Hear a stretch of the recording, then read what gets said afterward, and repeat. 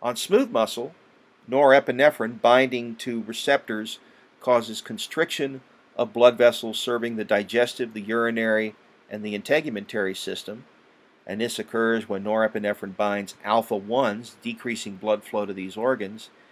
Dilation of bronchioles occurs when norepinephrine binds beta 2s, increasing the amount of air that can be inhaled with each breath. Dilation of blood vessels that serve skeletal and cardiac muscle occurs when norepinephrine binds beta 2s. This increases blood flow and allows for an increase in physical activity. So again, what we see here is an example of vasomotion, all right, where we redirect blood flow to where it's most necessary in order to accomplish our goal. The idea here is that we want to divert blood away from organs and tissues that aren't immediately necessary to deal with our stressor, okay, and to divert that blood and its oxygen and nutrients to regions that are going to serve us, such as the heart, the lungs, the skeletal muscle. We also see contraction of urinary and digestive sphincters that occur when norepinephrine binds beta 2 and 3 receptors, and this makes emptying the bladder and the bowel more difficult during increased physical activity. Now, another important point with regard to this reduction in urinary output is that we tend to retain more fluid when we're under sympathetic stimulation, and that helps to increase blood pressure, and that helps to deliver more blood to the tissues that need it. We also see relaxation of the smooth muscle of the digestive tract. This slows peristalsis. This occurs when norepinephrine binds beta 2 receptors, slowing digestion during increased physical activity. We also see dilation of the pupils that occurs when norepinephrine binds alpha 1s. It causes the dilator pupillae muscle to contract, causing the pupil to allow more light into the eye. Constriction of blood vessels serving most exocrine glands occurs when norepinephrine binds beta receptors on blood vessels serving these glands, and this decreases secretion except in the sweat glands, where we want increased production of sweat in order to cool the body in response to the elevated temperature produced by the increased physical activity. There's also an effect on cellular metabolism. During times of sympathetic activation, nearly all cells, especially skeletal muscle, need more ATP. To meet this energy demand, norepinephrine has three effects. When it binds to beta 3 receptors on adipocytes, it triggers the breakdown of lipid and releases free fatty acids into the blood. Beta 2 receptors on liver cells, when bound to epinephrine, trigger the release of glucose from glycogen and the synthesis of glucose from other resources. So this is called gluconeogenesis and glycogenolysis. All right, very important to get our blood sugar levels up. When it binds to beta 2 receptors on the pancreas, it triggers the release of glucagon, which elevates blood glucose levels, so it's a hyperglycemic hormone. With sweat gland activity, it's going to increase production of sweat. So the sympathetic nervous system attempts to maintain body temperature during periods of increased physical activity by causing more sweat to pool on the skin. Postganglionic sympathetic neurons release acetylcholine into the sweat glands in the skin. It binds to muscarinic receptors and increases sweat gland secretion. This is a component of negative feedback that corrects elevated body temperature and is another example of the feedback loop core principle. And so this is a chart that summarizes the sympathetic nervous system effects on its target. Now, you could go through and memorize all these, which is fine, but my recommendation is simply to think about what makes sense with regard to sustaining physical activity, okay?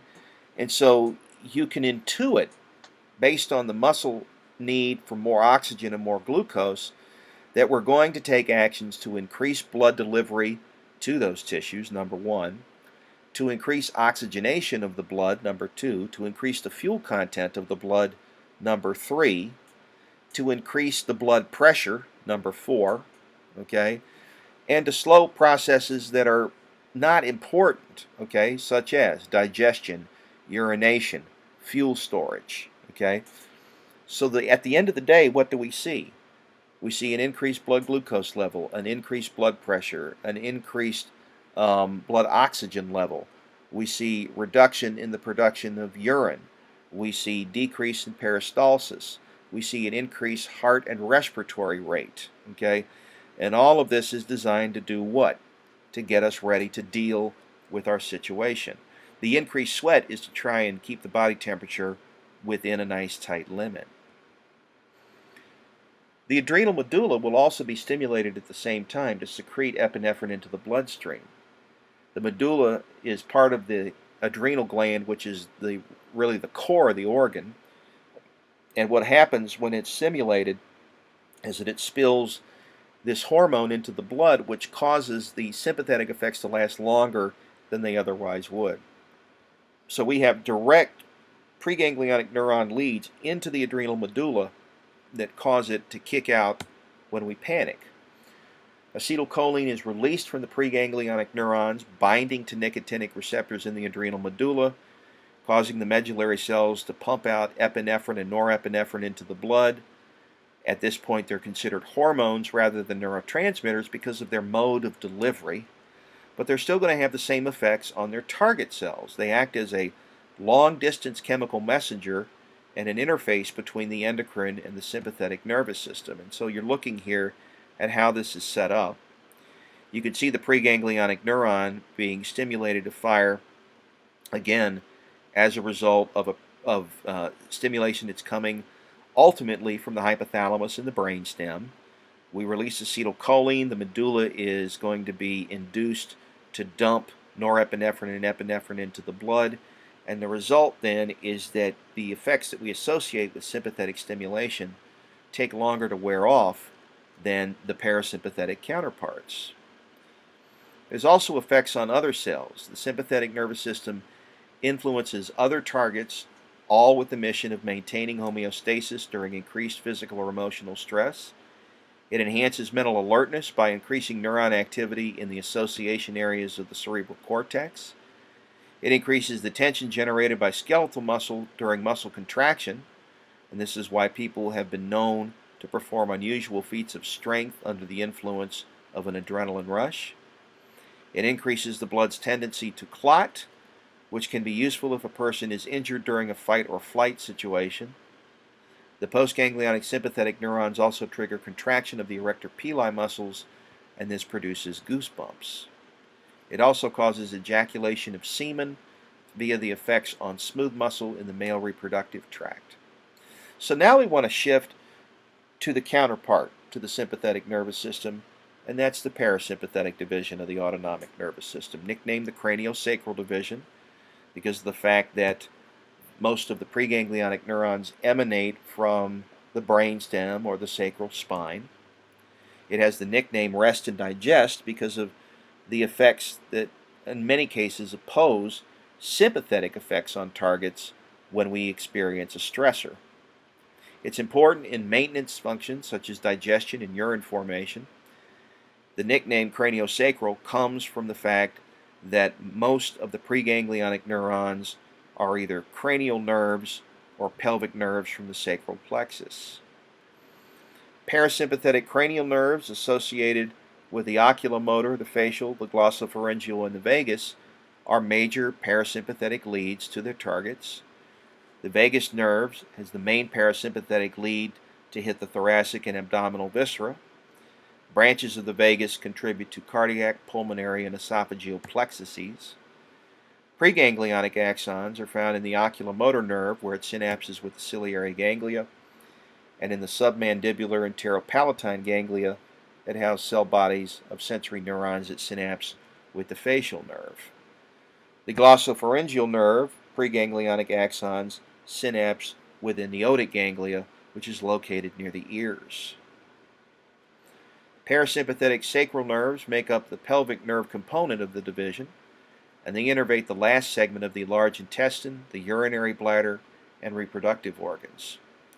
Sacral nerve branches from the pelvic splanchnic nerves from plexuses in the pelvic floor. Some preganglionic neurons synapse with terminal ganglia in the associated plexuses. Most synapse in terminal ganglia in the walls of the targets. Both pre- and postganglionic parasympathetic neurons release acetylcholine at their synapses, and the effect is excitatory most of the time.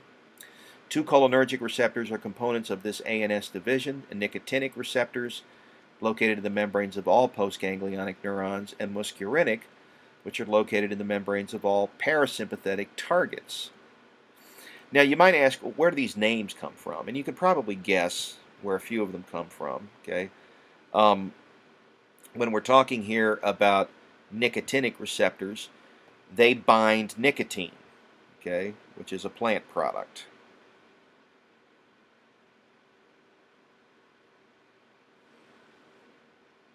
Okay, muscarinic receptors bind muscarine.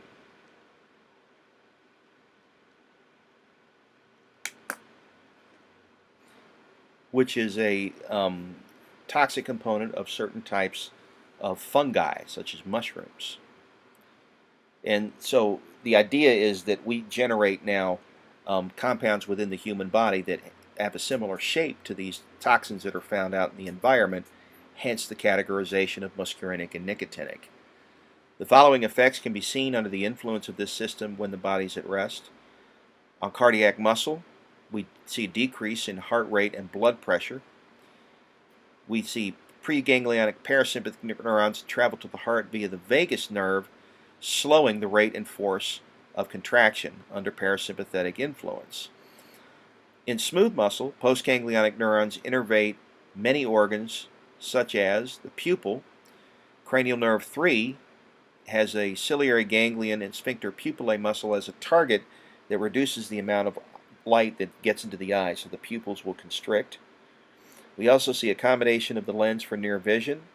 Cranial nerve 3 causes contraction of the ciliary muscle and changes the lens to a more rounded shape. The result is that the focal length will shrink. We also see constriction of the bronchioles involving cranial nerve 10, reducing erectors in the male or female.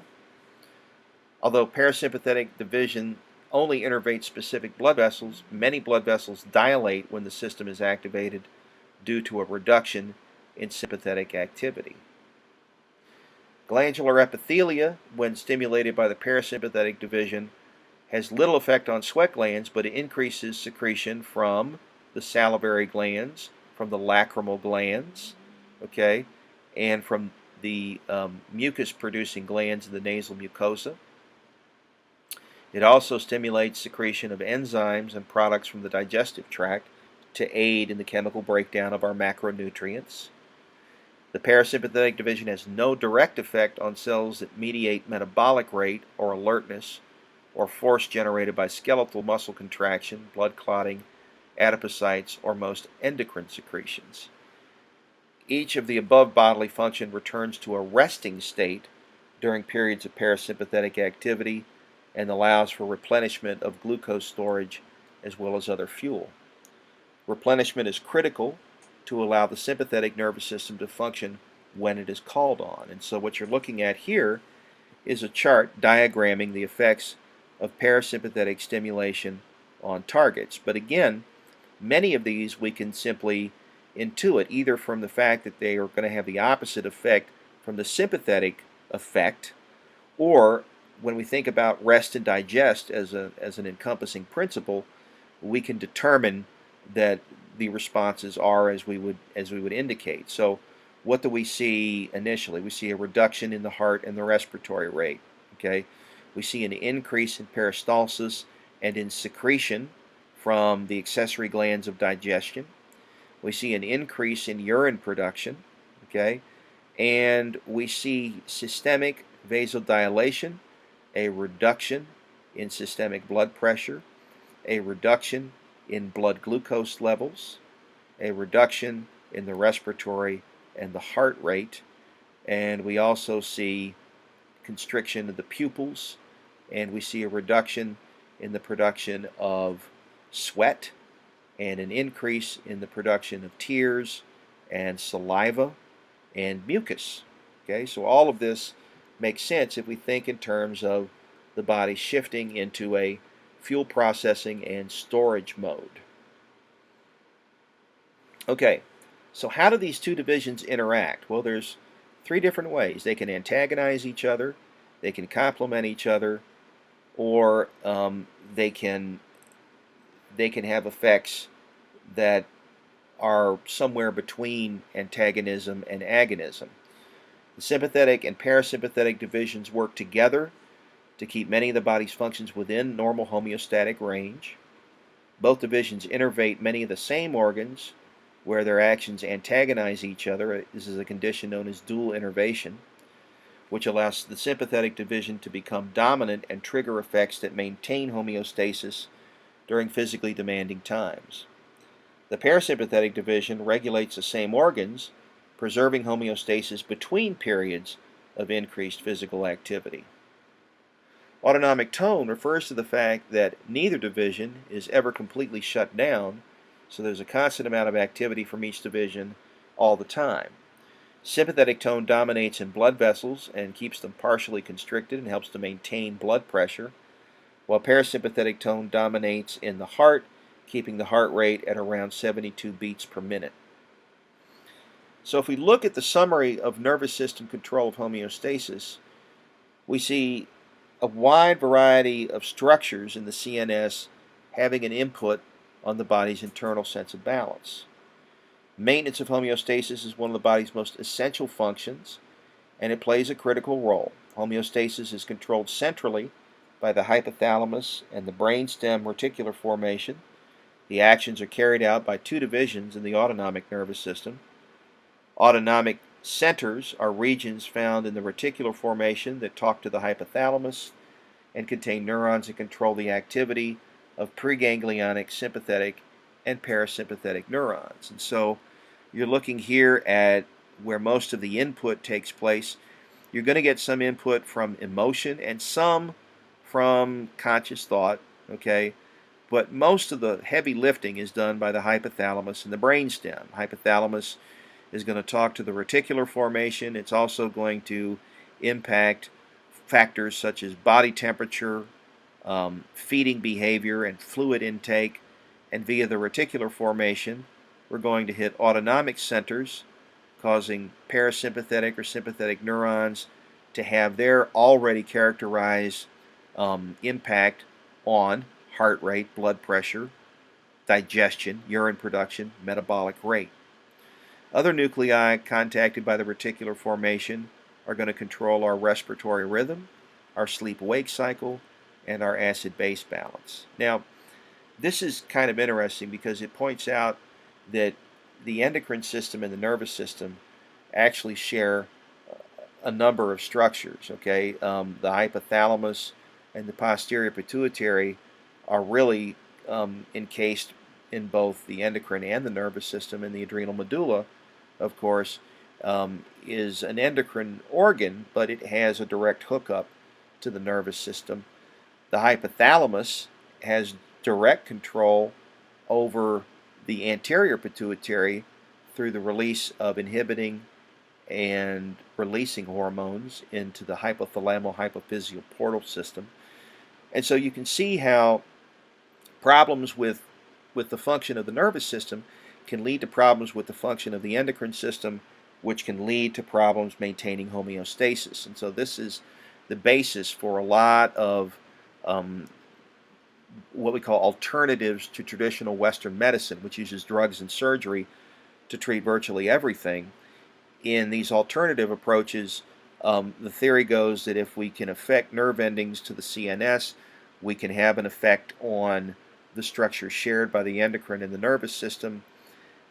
We can thus affect autonomic function, endocrine function, and thus the overall health of the entire body. And it was once thought that most of these alternative therapies were without basis, okay, but we now see a physiochemical axis through which they could potentially operate. So examples include things like hypnotherapy, massage therapy, reflexology, chiropractic. There's any number of alternative therapies, and this isn't to promote them as substitutes for traditional medicine, but in a certain percentage of cases, you're going to have a patient population that will respond more effectively to a combination of these two approaches than to one approach all on its own.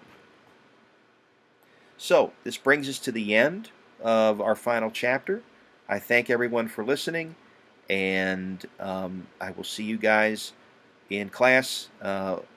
Remember to review this material as it will be covered on the exams and the online assessments. I thank you for listening.